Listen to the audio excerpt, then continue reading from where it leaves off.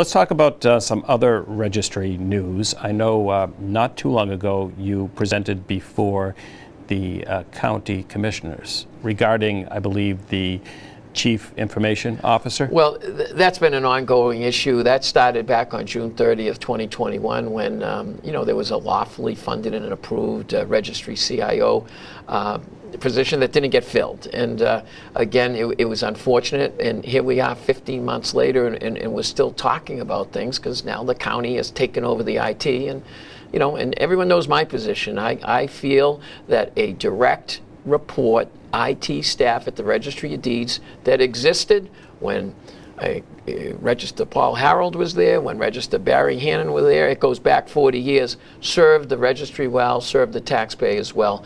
But right now we're trying to work through what they're doing, but it hasn't been a considered approach. I mean, the final vote to put everything in the hands of the county commissioners was on May 11th, and here we are, you know, 5 months later, they still don't have they were saying they were recruiting a county CIO and that a new county CIO would be in place by July. The county director said that.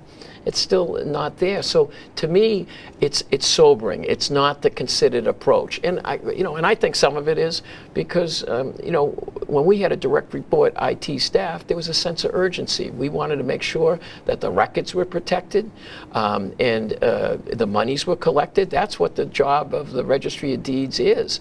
And hopefully things will move forward. But I still have concerns because we live in an era of cybersecurity hacks, cybersecurity risks, scams, and one of my concerns is the documents that get recorded, the documents that give you the legal title to your home, things can be done to them. And I'm concerned because the registry has no control over the IT. I'm concerned because in one calendar year, when things were vibrant, we'll see how it goes this calendar year, $82 million was collected. And I'm afraid that that's a target of cybersecurity risks and scams. So the IT fight, to me, it didn't make any sense why it was happening, and now it appears that it was really a money grab to get access to funds that by law belong to the Registry of Deeds. And yeah, we'll have to work through it. But so what you're saying right now is that there is no person in that position. What happened was, yes, they're supposed to be. We had a registry CIO, and now that's been gone. But they said, oh, well, we'll make it a county CIO. Now the county CIO will be in charge of county IT and registry IT. Well, that county CIO position is still, you know, they said they were bringing in another person. It's still not done. So where I have an issue is on June 30th, 2021, if that permanent position had been filled, the registry would have had 2 full-time people, including the registry CIO, and we had a temporary, like apprentice. And now there's just that one person, and that person's doing county things. So, you know, so we need more staff in this day and era of technology.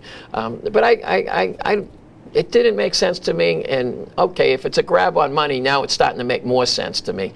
But it's too bad. But we got to work through it, and I think it's important. It's a sobering problem because you know, NBC News just did a study on the increase in hacks, and they did a study on Massachusetts communities, Massachusetts government communities that have been hacked and had breaches and had ransomware.